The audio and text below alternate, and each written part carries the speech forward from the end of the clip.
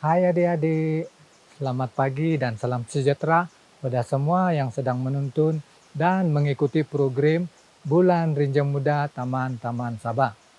Saya Johannes Gempoyo, bertugas sebagai penolong pegawai penyelidik geologi host Anda pada pagi ini.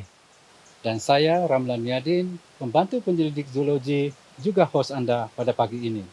Kami bersama akan mengongsikan ilmu asas mengenai ikan, khususnya ikan-ikan yang terdapat di sungai-sungai di Taman Kinabalu.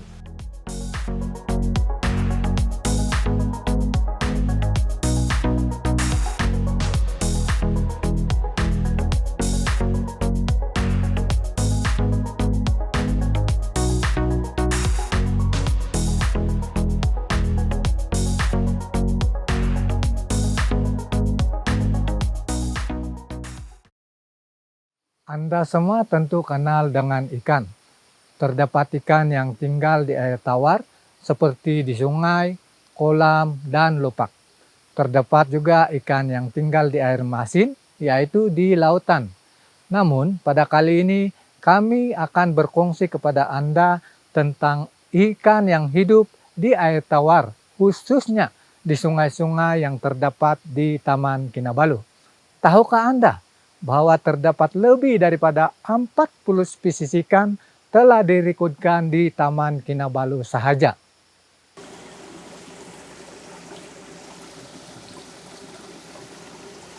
Sekarang kami berada di tepi Sungai Silau-Silau, salah satu sungai yang terdapat di sekitar kompleks Taman Kinabalu pada ketinggian 1.560 meter atas paras laut. Sungainya bersih dan sejuk sekali. Tentu ada yang tertanya-tanya, adakah ikan yang hidup di sungai ini? Betul juga. Nah, tahu jawabannya? Sila tonton video ini hingga selesai. Ikan tergolong dalam kumpulan haiwan bertebrata atau haiwan yang mempunyai tulang belakang. Antara ciri-ciri haiwan ikan adalah seperti hidup di dalam air, berdarah sejuk, mempunyai sisik atau badan yang berlendir, mempunyai sirip untuk bergerak, bernafas melalui insang, dan membiak secara bertelur. Terdapat lebih daripada 31.900 spesies ikan di seluruh dunia, menjadikannya antara kelas vertebrata terbesar dalam kepelbagaian spesies. Ikan air tawar adalah spesies ikan yang menghabiskan kebanyakan atau keseluruhan masanya tinggal di dalam air tawar seperti sungai dan tasik dengan kadar kemasinan kurang daripada 0,05%. Persekitaran ini adalah berbeza dengan keadaan di air masin dalam banyak cara. Yang paling ketara adalah tahap kemasinannya. 41% dari keseluruhan spesies ikan yang dijumpai adalah ikan air tawar. Ikan memainkan peranan yang tidak kurang pentingnya dalam kehidupan manusia. Ikan adalah makanan lazat yang kaya dengan protein. Ikan juga boleh dijadikan sebagai petunjuk atau indikasi keadaan sesuatu sungai. Sungai yang mempunyai banyak ikan adalah sungai yang masih bersih dan airnya selamat untuk digunakan dalam kehidupan seharian seperti mandi, mencuci, dan memasak. Ikan boleh diternak dan dijual untuk menambah pendapatan. Namun cara yang lebih baik adalah dengan menjadikan ikan sungai sebagai tarikan ekopelancongan kerana ini boleh mendatangkan hasil yang tinggi dan berpanjangan.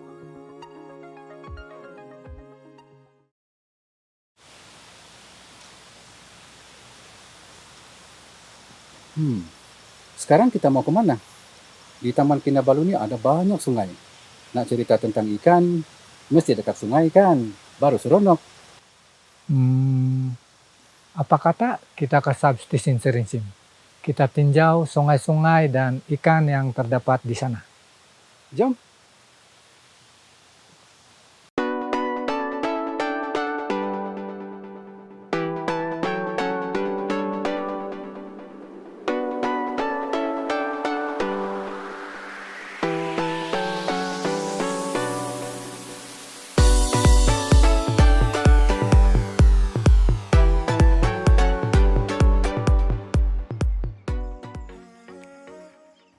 Substesen Serinsim merupakan salah satu dari 7 substesen di Taman Kinabalu. Seperti substesen lain, ia berfungsi sebagai pos kawalan yang menjaga kawasan taman daripada dicerobohi dan diganggu melalui penguatkuasaan enakmen Taman 1984. Substesen ini juga dibuka kepada pelawat yang ingin menikmati keindahan alam semula jadi dan sudah tentunya mandi sungai.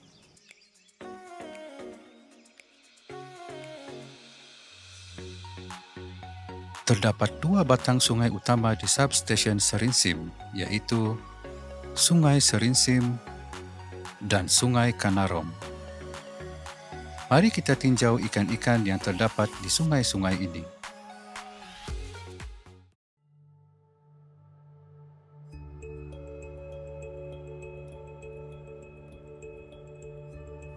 Ikan Tordoronensis yang juga dikenali sebagai ikan pelian merupakan salah satu ikan yang terkenal dan boleh ditemui di sungai-sungai besar di Taman Kinabalu.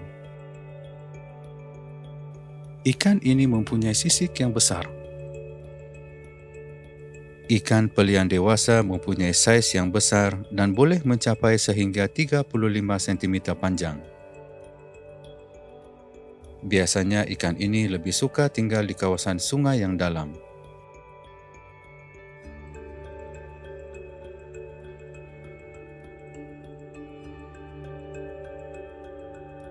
Ikan Anguilla bornensis atau ikan belut tidak mempunyai sisik.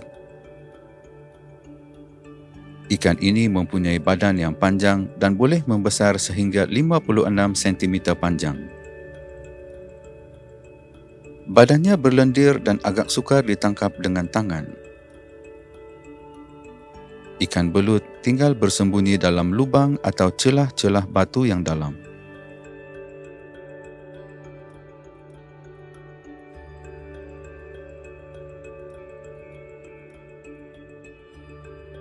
Ikan Mestos nemurus atau ikan baung tidak bersisik dan berwarna perang.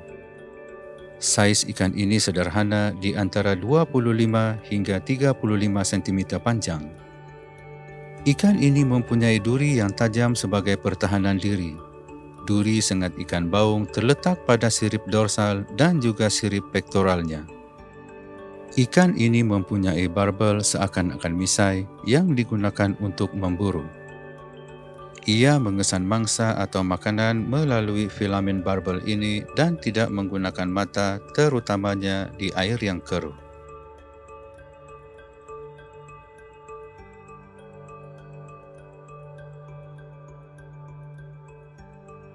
Ikan gastromyzon atau ikan penyedut melekap pada batuan sambil memakan alga dan organisma kecil lain.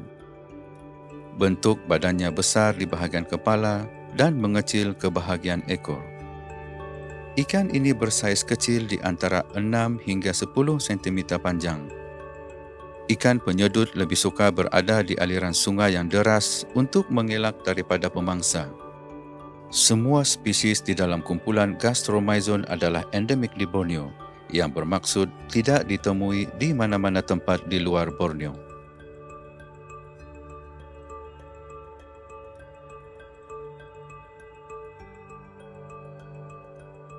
Ikan Gara bornensis bersaiz kecil dengan saiz maksima sehingga 15 cm panjang. Bibir pada mulutnya membentuk cakra pelekat mental yang membolehkannya melekat pada permukaan batuan. Ikan ini lebih suka berada di kawasan cetek beraliran laju yang kaya dengan oksigen.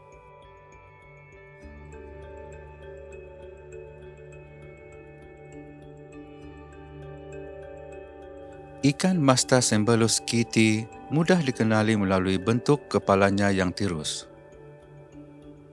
Ikan dewasa boleh mencapai sehingga 22 cm panjang. Badannya tidak bersisik dan berlendir.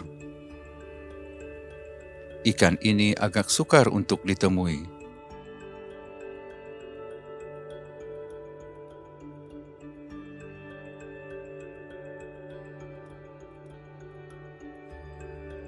Ikan Rasbora sumatrana gemar hidup berkelompok di sungai yang cetek. Ikan ini bersaiz kecil dengan ikan dewasa boleh mencapai sehingga 10,5 cm dan mempunyai garis hitam memanjang pada bahagian badan. Beberapa spesies dari kumpulan Rasbora dijadikan sebagai ikan hiasan kerana memiliki warna yang cantik dan unik.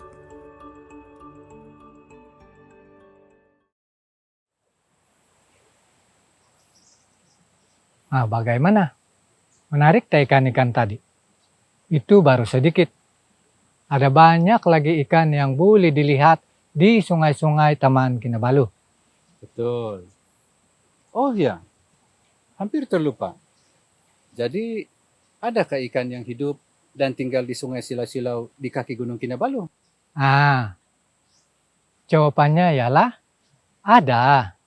Setakat yang telah kita rekodkan, ada 3 jenis ikan yang boleh dilihat di sungai silau-silau Taman Kinabalu, yaitu Gleinopsis didunata, Gleinopsis henichi, dan Protomyjon whiteheadi. Nampaknya program perkongsian kita pada kali ini telah tiba di penghujungnya. Kami berharap Anda semua dapat memahami dan mengenali serba sedikit tentang ikan-ikan yang terdapat di sungai-sungai di Taman Kinabalu. Taman Kinabalu merupakan tapak warisan dunia yang menyimpan pelbagai rahsia keunikan alam semula jadi untuk kita terokai bersama anak cucu kita di masa hadapan. Marilah kita sama-sama melaksanakan tanggungjawab untuk melindungi, memelihara, menyayangi, dan mencintai alam semula jadi kita. Pastikan Anda semua menyokong dan menuntun ke semua modul program ini. Kami pasti Anda semua akan mendapat manfaat daripadanya. Semoga kita bertemu lagi dalam program perkongsian yang lain di masa akan datang. Bye!